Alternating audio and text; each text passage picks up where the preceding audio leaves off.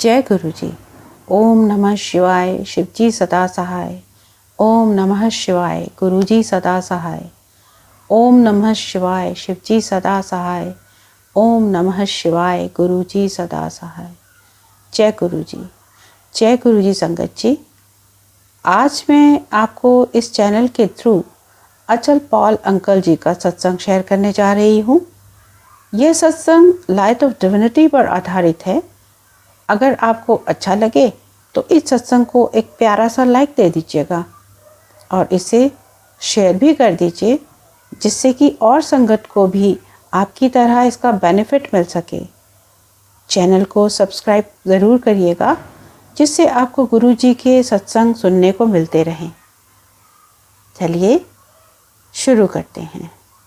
जय गुरु जी।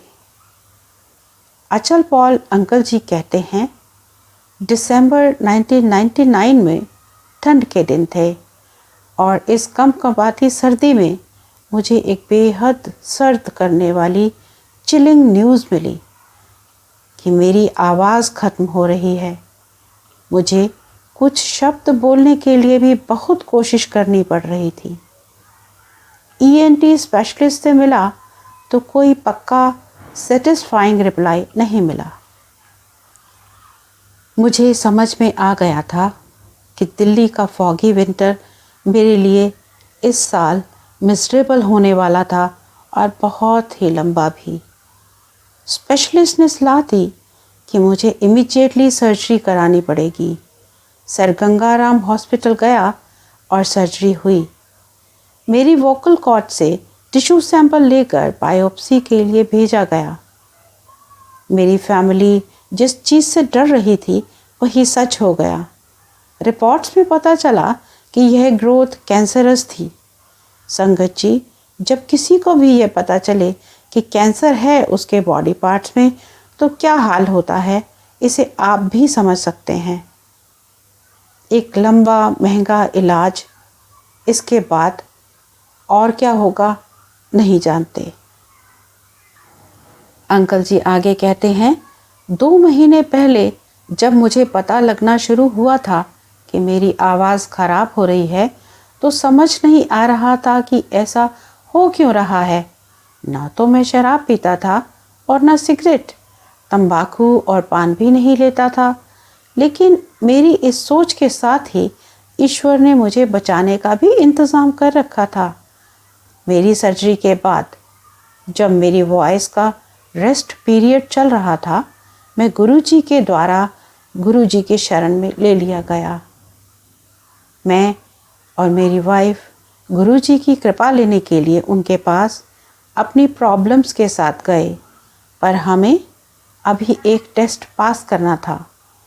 संगत जी, हम सब जानते हैं कि गुरुजी टेस्ट तो लेते ही हैं। हमारा प्यार और उन पर विश्वास कितना पक्का है, यह जानने के लिए। संगत जी, आपको भी ऐसा ही कुछ अनुभव ज़रूर हुआ होगा। मुझे तो हुआ है और मैंने अपना जो पहले आपको सत्संग शेयर किया है उसमें सब बताया है। आप भी कमेंट करके ज़रूर बताइएगा। जय गुरु जी। अचल अंकल आगे कहते हैं, सर्जरी के 5 दिन बाद मुझे गुरु जी के पास जाने की तेज़ इच्छा हुई, जिसको हम अर्ज कहते हैं। डॉक्टर्स ने कहा कि पानी मेरे अंदर बिल्कुल नहीं जाना चाहिए। उस दिन जब हम घर से निकले तो बड़ी तेज़ बारिश हो रही थी। मेरी फैमिली ने कहा कि आज आप रेस्ट करो, फिर किसी और दिन चले जाना, पर मैं पूरी तरह से डिटर्मिन्ड था गुरुजी के पास जाने के लिए। मुझे अंदर से, मेरे मन से आवाज़ आ रही थी कि मुझे आज ही जाना चाहिए, और मैंने ऐसा ही किया। जब हमने एम्पायर एस्टेट में एंटर किया गुरुजी के स्थान पर पहुंचने के लिए, तो बड़ा ही सूदिंग सा लगा, बड़ा ही आरामदायक। गुरुजी एक कलरफुल से चोले में अपनी गद्दी पर विराजमान थे। हमें उनसे इंट्रोड्यूस कराया गया और रेड कारपेट जो कि सारे हॉल में बिछा हुआ था, उस पर बैठने को कहा गया।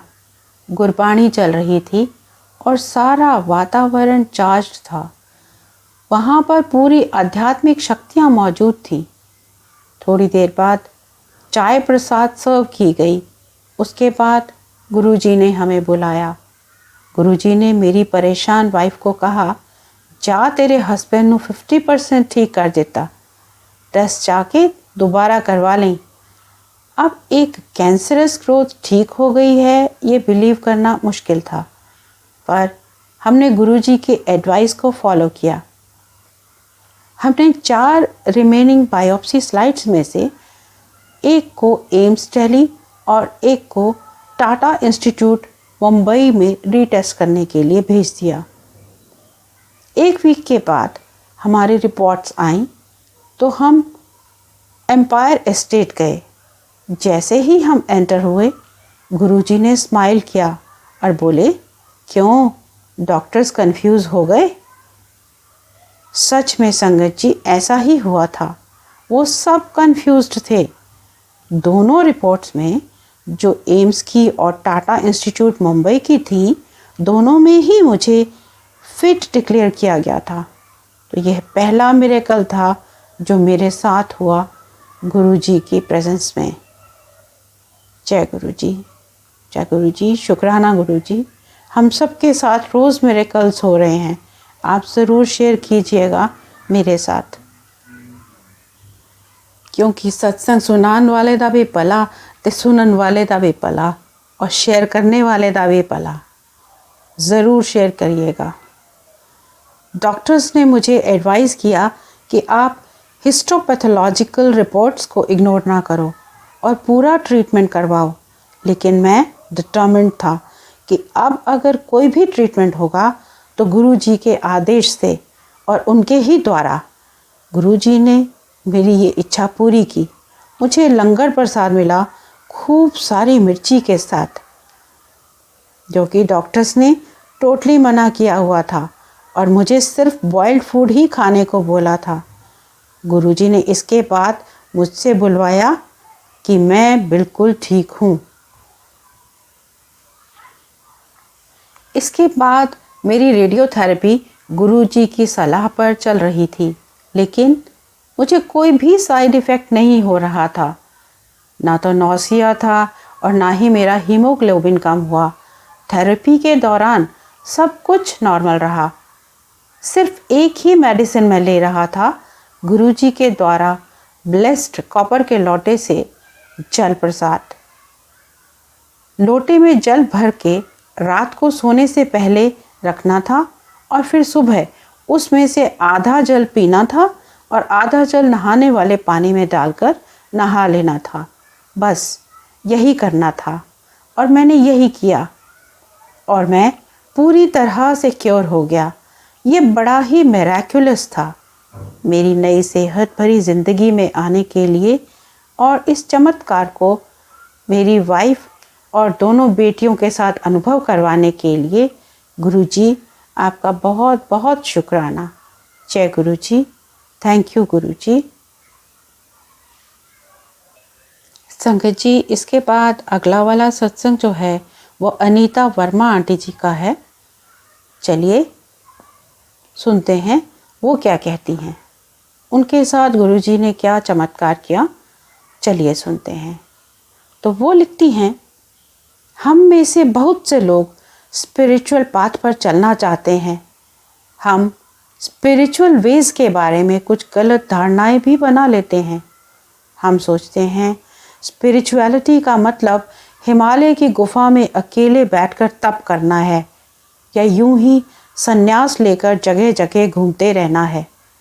हम ये नहीं जानते कि कोई भी स्पिरिचुअल नॉलेज हम नहीं पा सकते जब तक कि गुरुजी के चरण कमलों पर अपनी ईगो, अपना अहम सरेंडर ना कर दें, क्योंकि सिर्फ गुरुजी हैं जो कि हमें सांसारिक दुनिया से स्पिरिचुअल पाथ की ओर ले जा सकते हैं।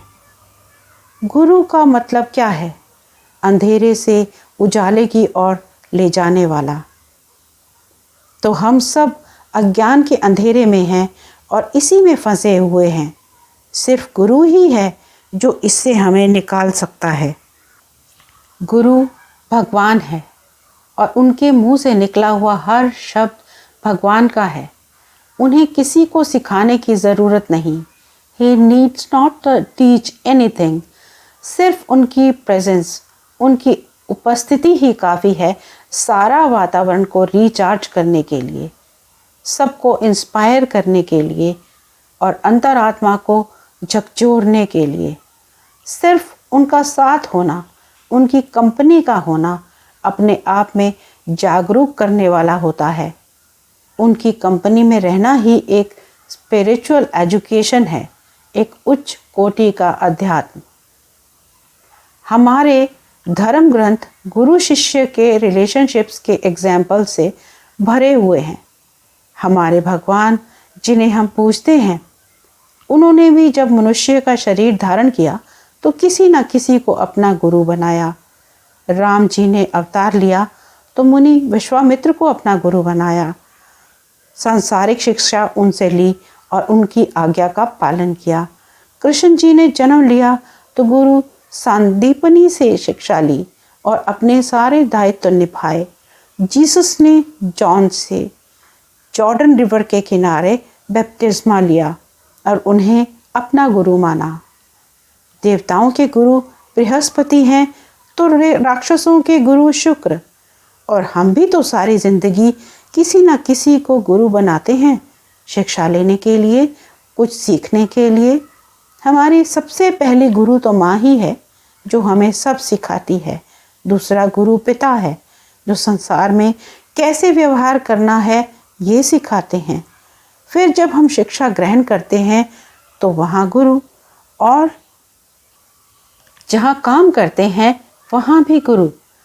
तो हम कैसे समझ लें कि बिना आध्यात्मिक गुरु के हम अध्यात्म के मार्ग पर चल सकते हैं? हम तो बहुत ही भाग्यशाली हैं कि गुरु की खोज में जब निकले तो हमें गुरु जी के रूप में ब्लेस किया गया, जो कि डिविनिटी पर्सोनिफाइड हैं और सर्वव्यापी हैं। जय गुरु जी। आंटी जी आगे लिखती हैं, 1991 में मुझे अचानक से नी में प्रॉब्लम हो गई। अब घुटने की दर्द बर्दाश्त से बाहर हो रही थी। मैंने एलोपैथिक, होम्योपैथिक और घरेलू सारे नुस्खे सब ट्राई कर लिए पर कोई भी फ़ायदा नहीं हुआ। नींद की दवाई, हैवी सीडेटिव्स लेने की बात भी मुझे नींद नहीं आती थी। सारी रात जागती रहती थी पेन की वजह से। मैंने गुरुजी को अपनी प्रॉब्लम बताई और उन दयालु मूर्त ने मुझे ठीक करने का डिसाइड किया। उन्होंने मुझे किचन से एक स्पून लाने को कहा और उसके मेरे घुटने पर रख दिया और मंत्र बोलने लगे। और जैसे जैसे उन्होंने ये किया वैसे ही पेन ख़त्म हो गया। और उसके बाद दोबारा कभी नहीं हुआ। मैं अपने फ्लैट की सीढ़ियाँ आज चढ़ती हूँ। 3री मंजिल पर है मेरा फ्लैट और 2 घंटे हर रोज़ वॉक करती हूँ, पर दर्द का नामो निशान भी नहीं। कोलकाता में जब मैं पोस्टेड थी तो मुझे टाइफाइड हो गया और करीब 1.5 महीने तक हल्का हल्का बुखार होता रहा। सारे मेडिकल टेस्ट करवा लिए, ढेरों मेडिसिन ले ली, पर हल्का हल्का बुखार रहता ही था। जब गुरुजी ने मेरी बीमारी के बारे में सुना तो उन्होंने पान के पत्ते मंगाए और उनको मेरे ऊपर रख दिया। उसी क्षण मेरा फीवर गायब हो गया। संगत जी, यह स्पून या पान के पत्ते तो एक बहाना है, असली काम तो गुरुजी स्वयं करते हैं। वही हो रहा था। जय गुरुजी, शुक्राना गुरुजी। फिर मुझे दिल्ली आना पड़ा और मैं पूरी तरह से निश्चय कर चुकी थी कि मुझे यहाँ एक ब्यूटी सैलून खोलना है, क्योंकि मैं ब्यूटिशियन और स्टाइलिस्ट की ट्रेनिंग ले चुकी थी और मैंने ब्यूटी पार्लर में काम करने का एक्सपीरियंस भी लिया हुआ था, इसलिए एक्सपीरियंस साथ ही था। लेकिन गुरुजी ने मेरा ये प्रपोज़ल ये कहकर मना कर दिया कि इससे मुझे अस्थमा हो जाएगा। और फिर कुछ टाइम बाद मुझे अस्थमा हो गया। एक दिन मेरी हालत बड़ी ख़राब हो गई, सांस नहीं आ रही थी। ऐसा लग रहा था कि मेरी जान चली जाएगी। मुझे हॉस्पिटल लाया गया। सारा समय मैं गुरुजी का स्वरूप पकड़े हुए थी और उनसे प्रार्थना कर रही थी।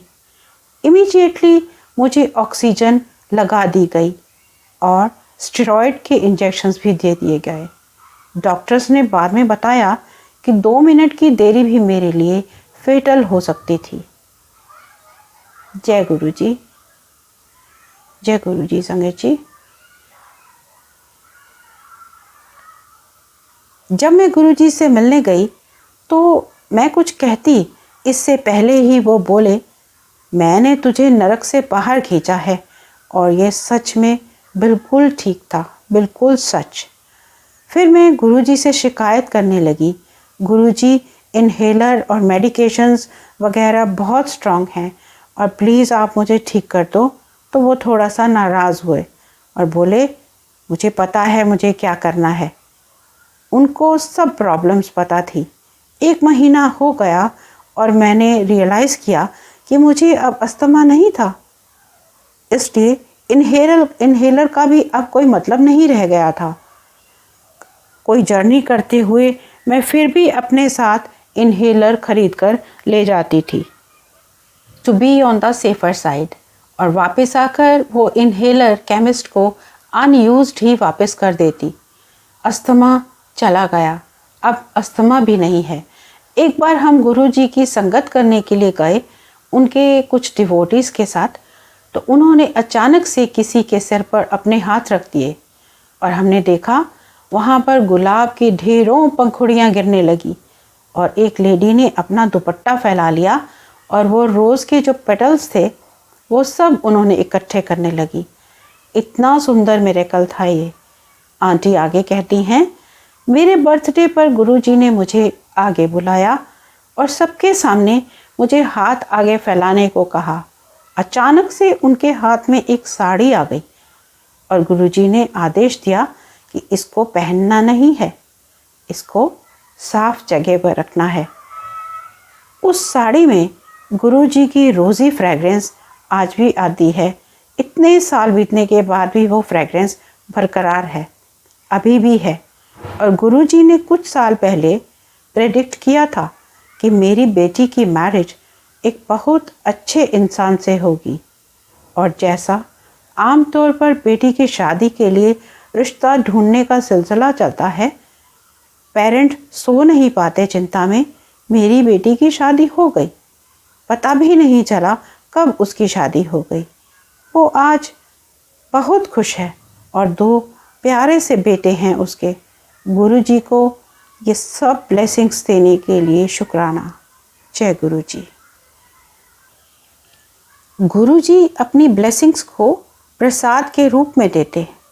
मैंने ना जाने कितनी बार उनको देसी घी में बना हुआ कड़ा प्रसाद देते हुए देखा। ऐसे ही कड़ा प्रसाद उन्होंने एक बार प्रकट किया और अपने एक डिवोटी को दिया। कई बार पता नहीं कहाँ से वो लड्डू प्रकट कर देते थे और वो गुरुजी की फ्रेग्रेंस में डूबे रहते थे। जय गुरुजी, शुक्राना मालिक, शुक्राना सबका ध्यान रखने के लिए। मेरी सब संगत को एडवाइस है, ये आंटी कहती हैं कि मेरी सब संगत को एडवाइस है कि यहाँ वहाँ छोटे छोटे खड्डे ना खोदो। अगर खोदना ही है तो एक जगह फोकस होके गहरा खड्डा बनाओ, क्योंकि जगह जगह छोटे छोटे खड्डे खोदोगे तो वो तो जल्दी ही सूख जाएंगे।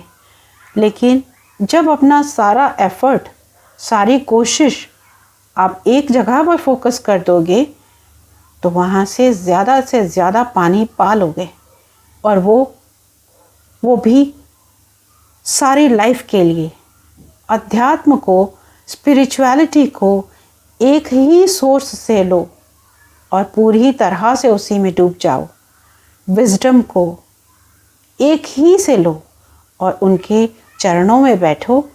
कोई फ़ायदा नहीं कि एक से दूसरे की ओर भागते रहने से। और अगर आप और भी कई लोगों के पास जाते हो और उनकी इंस्ट्रक्शंस को फॉलो करते हो तो खुद के लिए कन्फ्यूजन ही तो क्रिएट करोगे। कुछ समझ नहीं आएगा कि किस किस को फॉलो करूं।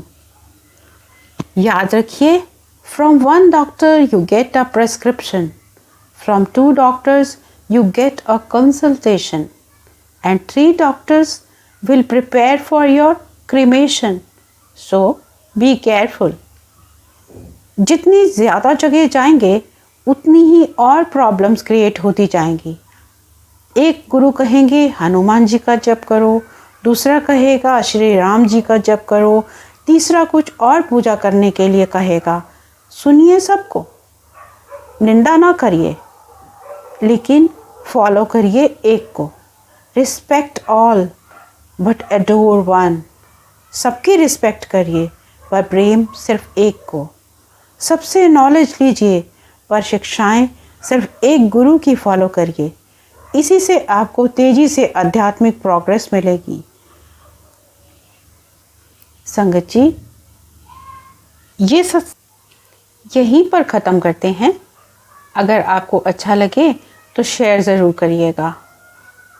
मिलते हैं अगले सत्संग के साथ, जो गुरु जी की मर्ज़ी के अनुसार किसका होगा मैं भी नहीं जानती। वो जैसा कहते हैं वैसा ही होता है, वैसा चाहते हैं वही करवाते हैं। ये मैं कैसे लिखती हूँ मुझे भी नहीं मालूम। मैं नहीं जानती हूँ कुछ भी। वो क्या मेरे से करवा रहे हैं ये तो वही जानते हैं। संगत जी, ये एफर्ट्स मेरे गुरु के लिए एक शुक्राना करने का तरीका है, ताकि संगत ज़्यादा से ज़्यादा जुड़ सके। संगत का प्यार सबके लिए आपस में बढ़े। थैंक यू गुरु जी। शुक्राना गुरु जी, शुक्राना मेरे साहिब। जय गुरु जी, जय गुरु जी।